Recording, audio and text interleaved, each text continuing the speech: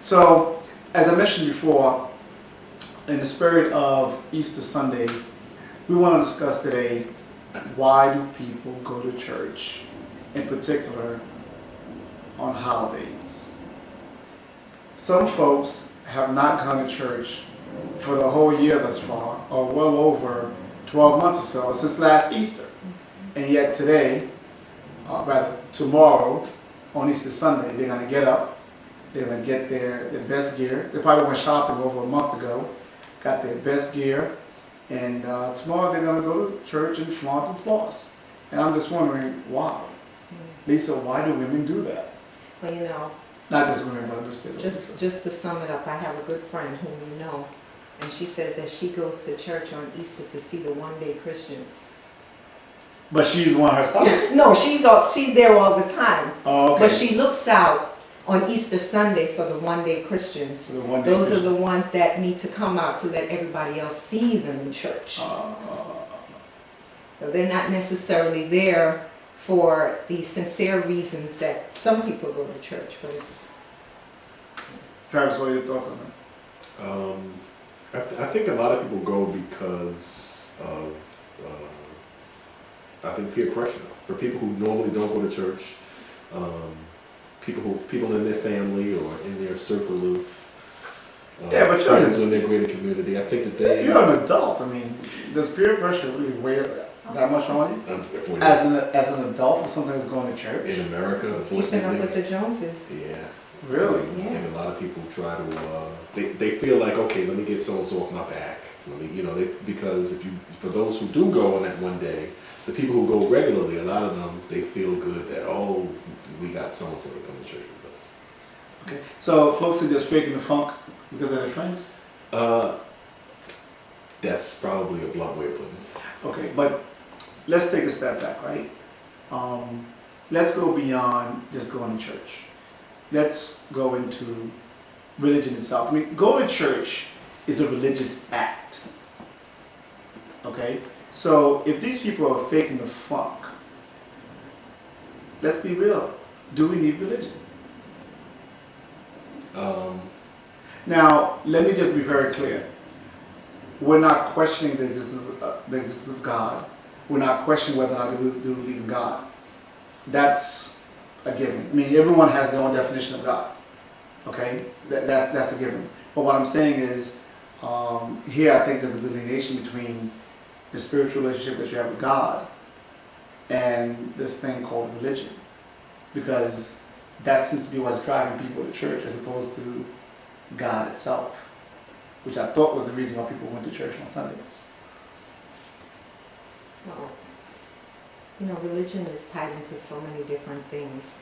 People's cultures and people's traditions. People use religion as a basis to raise and teach their children, to guide their lives. And so from that respect, I can respect that people choose their religions and they choose to abide by what their religious beliefs are. They say that dictates the way that they live and it helps them to live a better life. But in terms of religion itself, I have a problem with the different religions separating and somehow implying that their religion is the truth. Their religion is the one. And those that take it to the extreme, they do things in the name of religion to say, use it as a basis for hating somebody else or for showing greater love for their God, so to speak, or their religion, so to speak.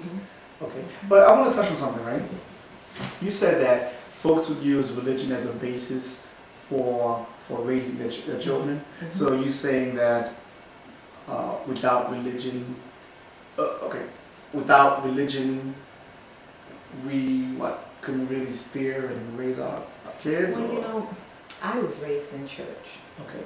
And I also went to Catholic school for most of my elementary years. St. Joseph, I believe? St. Joseph? St. Teresa. St. Teresa. St. Teresa. Then I went on to public school. Okay. And what I found in church were that, I probably shouldn't say this, but some of the biggest hypocrites were found in church. You know, But you know what? Don't feel bad. Don't feel the bad. elders say you shouldn't have feel- to raise your kids in church Okay. because they need to learn how to be good model citizens. Okay. But is that what you're learning in church? All right. You know, think about some of the pastors and the All right. priests. Okay. Actually, I was about to say, All right. don't feel bad about saying that. Okay. And we're not here to attack any religion, quote Okay. unquote. Yeah. Okay. But the fact still remains that now I'm Catholic. I was raised Catholic. As many of you can tell, I am Roman Catholic. I'm sure you can tell. But no, seriously speaking, as a let me just Do say, you have any intimate as a relationships with priests? as a Catholic by birth, the reality is Catholic priests do not have the best relationships. Or Sorry, the best reputations. reputation Yeah. as far as their relationships Mhm. with young boys. Mhm. So, Particular. to your point, as far as some of the biggest hypocrites being in church, Mhm. there you have someone who is on the pulpit, who is, saying the gospel. Preaching one thing and doing another. In other words, do as I say, not as I do. And it's all in the name of religion. And all in the name of that religion, they have a certain amount of protection. Travis, I mean, you know, you'll learn. these things definitely go on. I mean, I think the one thing it shows is just that, I don't think any particular religion is absolute. And I think that the more, you tend to see the people who are more self-righteous in feeling like, their religion is the absolute truth. Those are the people that end up setting themselves up, for inconsistencies, between what they're practicing and what they are professing.